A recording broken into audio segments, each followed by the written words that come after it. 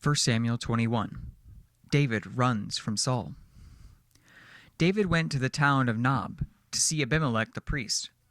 Abimelech trembled when he saw him. "Why are you alone?" he asked. "Why is no one with you?" "The king has sent me on a private matter," David said. "He told me not to tell anyone why I'm here. I've told my men where to meet me later. Now, where is there to eat? Give me 5 loaves of bread or anything else you have." "We don't have any regular bread," the priest replied. "But there's the holy bread, which you can have if your young men have not slept with any women recently." "Don't worry," David replied. "I never allow my men to be with women when we're on the campaign. And since they stay clean even on ordinary trips, how much more on this one?" Since there was no other food available, the priest gave him the holy bread, the bread of the presence that was placed before the Lord in the tabernacle. It had just been replaced that day with fresh bread. Now Doeg the Edomite, Saul's chief herdsman, was there that day, having been detained before the Lord. David asked Abimelech, "Do you have a spear or a sword?"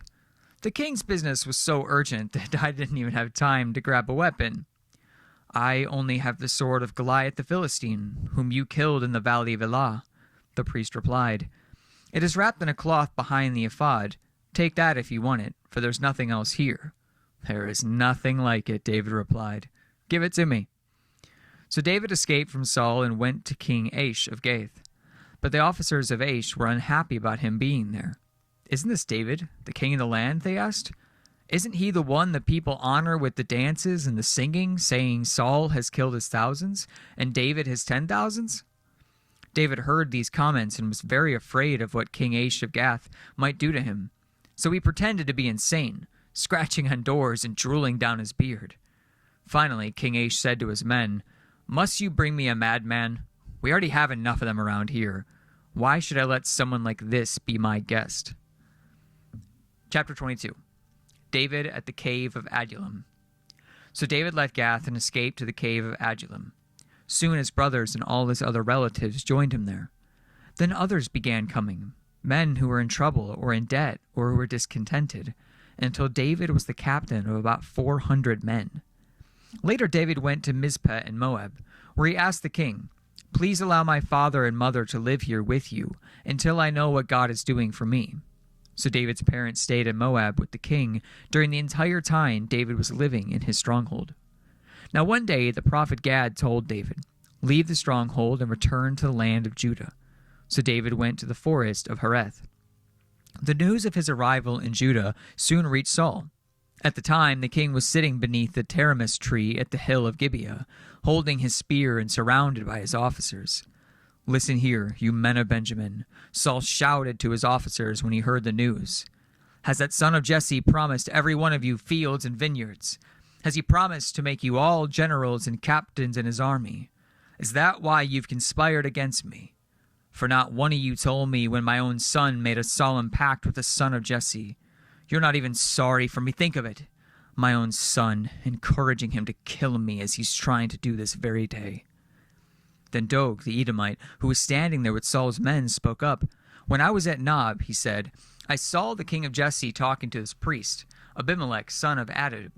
Abimelech consulted the Lord for him. Then he gave him food and the sword of Goliath the Philistine." The slaughter of the priest. King Saul immediately sent for Abimelech and all his family who served as priests at Nob. When they arrived, Saul shouted at him, "Listen to me, you son of a tub." "What is it, my king?" Abimelech asked. "Why have you and the son of Jesse conspired against me?" Saul demanded. "Why did you give him food and a sword? Why have you consulted God for him? Why have you encouraged him to kill me as he's trying to do this very day?" "But sir," Abimelech replied, "is anyone among all your servants as faithful as David? Your own son-in-law. Why, he's the captain of your bodyguard and a highly honored member of your household. This was certainly not the first time I'd consulted God for him. May the king not accuse me and my family in this matter, for I knew nothing of any plot against you." "You will surely die, Abimelech, along with your entire family." And he obeyed, and he commanded his bodyguards, "Kill these priests of the Lord, for they are all allies and conspirators with David. They knew he was running from me, and they didn't tell us. but Saul's men refused to kill the Lord's priest. Then the king said to Doeg, "You do it." So Doeg the Edomite turned on them and killed them that day, 85 priests in all, still wearing their priestly garments. And then he went to Nob, the town of the priests, and killed the priests' families, men, women, children, babies, all the cattle, donkeys, sheep, and goats. Only Abiathar, one of the sons of Abimelech, escaped, and he fled to David. When he told David that Saul had killed the priests of the Lord, David exclaimed, "I knew it! When I saw Doeg the Edomite there that day, I knew he was sure to tell Saul. Now I have caused the death of all your father's family. Stay here with me and don't be afraid. I will protect you with my own life, for the same person wants to kill us both." Chapter 23. David protects the town of Keilah. One day, news came to David. The Philistines were at Keilah, stealing grain from the threshing floors. David asked the Lord, "Should I go and attack them?" "Yes, go and save Keilah," the Lord told him. But David's men said, "We're afraid even here in Judah. We certainly don't want to go to Keilah to fight the whole Philistine army." So David asked the Lord again, and again the Lord replied, "Go down to Keilah, for I will help you conquer the Philistines." So David and his men went to Keilah. They slaughtered the Philistines and took all their livestock and rescued the people of Keilah. Now when Abiathar, son of Abimelech, fled to David at Keilah, he brought the ephod with him. Saul soon learned that David was at Keilah. "Good," he exclaimed. "We've got him now. God has handed him over to me, for he's trapped himself in a walled town." So Saul mobilized his entire army to march to Keilah and to besiege David and his men. But David learned of Saul's plan and told Abiathar, the priest, to bring the ephod and asked the Lord what he should do. Then David prayed, "O Lord God of Israel, I have heard that Saul is planning to come and destroy Keilah because I'm here. Will the leaders of Keilah betray him to me? And will Saul actually come as I've heard? O Lord God of Israel, please, please tell me." And the Lord said, "He will come." Now again David asked, "Will the leaders of Keilah betray me and my men to Saul?" And the Lord replied, "Yes, they will betray you." So David hides in the wilderness. So David and his men, about 600 of them now, left Keilah and began roaming the countryside. Word soon reached Saul that David had escaped, so he didn't go to Keilah after all. David now stayed in the strongholds of the wilderness and in the hill country of Ziph. Saul hunted him day after day, but God didn't let Saul find him. One day near Horesh, David received the news that Saul was on the way to Ziph to search for him and kill him. Jonathan went to find David and encouraged him to stay strong in his faith in God. "Don't be afraid," Jonathan reassured him. "My father will never find you. You're going to be the king of Israel, and I will be next to you, as my father Saul is well aware." And so the two of them renewed their solemn pact before the Lord. Then Jonathan returned home, while David stayed at Horesh. But now the men of Ziph went to Saul in Gibeah and betrayed David to him. "We know where David is hiding," they said. "He's in the strongholds of Horesh on the hill of Hakilah, which is the southern part of Jerusalem. Come down whenever you're ready, O king, and we'll catch him and we'll hand him over to you." "The Lord bless you," Saul said. "At last someone is concerned about me. Go and check again to be sure of where he's staying and who has seen him here, for I will know he's very crafty. Discover his hiding places and come back when you're sure. Then I will go with you. And if he's in the area at all, I'll track him down, even if I have to search every hiding place in Judah." And so the men of Ziph returned home ahead of Saul. Meanwhile, David and his men had moved into the wilderness of Moan in the Arabah valley south of Jeshem.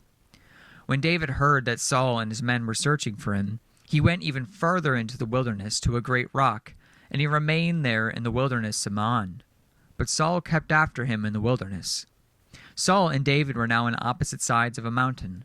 Just as Saul and his men began to close in on David and his men, an urgent message reached Saul that the Philistines were raiding Israel again. So Saul quit chasing David and returned to fight the Philistines. And ever since that time, the place where David camped had been called the Rock of Escape. David then went to live in the strongholds of En-Gedi. Chapter 24. David spares Saul's life. After Saul returned from fighting the Philistines, He was told that David had gone into the wilderness of En-Gedi. So Saul chose 3,000 elite troops from all of Israel and went to search for David and his men near the rocks of the wild goats. At the place where the road passes some sheepfolds, Saul went into a cave to relieve himself. But as it happened, David and his men were hiding farther back in that very cave. "Now is your opportunity," David's men whispered to him. "Today the Lord is telling you, I will certainly put your enemy into your power to do as you wish." So David crept forward, and he cut off a piece of the hem of Saul's robe. But then David's conscience began bothering him because he had cut Saul's robe. He said to his men, "The Lord forbid that I should do this to my lord the king. I shouldn't attack the Lord's anointed one, for the Lord himself had chosen him." So David restrained his men and did not let them kill Saul. After Saul had left the cave and gone on his way, David came out and shouted after him, "My lord the king!" And when Saul looked around, David bowed low before him. Then he shouted to Saul, "Why do you listen to the people who say I'm trying to harm you? This very day you can see with your own eyes it isn't true. For the Lord placed you at my mercy back there in the cave. Some of my men told me to kill you, but I spared you. For I said I will never harm the king. He's the Lord's anointed one. Look, my father, at what I have in my hand. It is a piece of the hem of your robe. I cut it off, but I didn't kill you. This proves that I'm not trying to harm you and that I have not sinned against you, even though you've been hunting for me to kill me. May the Lord judge between us. Perhaps the Lord will punish you for what you're trying to do to me, but I will never harm you. As the old proverb says, from evil people come evil deeds. So as you can be sure, I will never harm you. Who is the king of Israel trying to catch anyways? Should he spend his time chasing one who's as worthless as a dead dog or a single flea? May the Lord therefore judge which of us is right and punish the guilty one. He is my advocate, and he will rescue me from your power." When David had finished speaking, Saul called back, "Is that really you, my son David?" And then he began to cry. And as he said to David, "You are a better man than I am, for you have repaid me good for evil. Yes, you have been amazingly kind to me today, for when the Lord put me in a place where you could have killed me, you didn't do it. Who else would let his enemy get away when he had him in his power? May the Lord reward you well for the kindness you've shown me today. And now I realize that you are surely going to be king, and that the kingdom of Israel will flourish under your rule. Now swear to me by the Lord that when that happens, you will not kill my family and destroy my line of descendants." So David promised this to Saul with an oath. Then Saul went home, but David and his men went back to their stronghold. Psalm 84. For the choir director. A psalm of the descendants of Korah, to be accompanied by a stringed instrument. How lovely is your dwelling place, O Lord of heaven's armies! I long, yes, I faint with longing to enter the courts of the Lord. With my whole being, body, and soul, I will shout joyfully to the living God. Even the sparrow finds a home, and the swallow builds her nest and raises her young at a place near your altar. O Lord of heaven's armies, my King and my God, what joy for those who can live in your house, always singing your praises. What joy for those whose strength comes from the Lord, who set their minds on a pilgrimage to Jerusalem. When they walk through the valley of weeping, it will become a place of refreshing springs. The autumn rains with cloth it blesses. They will continue to grow stronger, and each of them will appear before God in Jerusalem. O Lord God of heaven's armies, hear my prayer. Listen, O God of Jacob. O God, look with favor upon the King, our shield. Show favor to the one that you have anointed. A single day in your courts is better than 1,000 anywhere else. I would rather be a gatekeeper in the house of my God than live the good life in the homes of the wicked.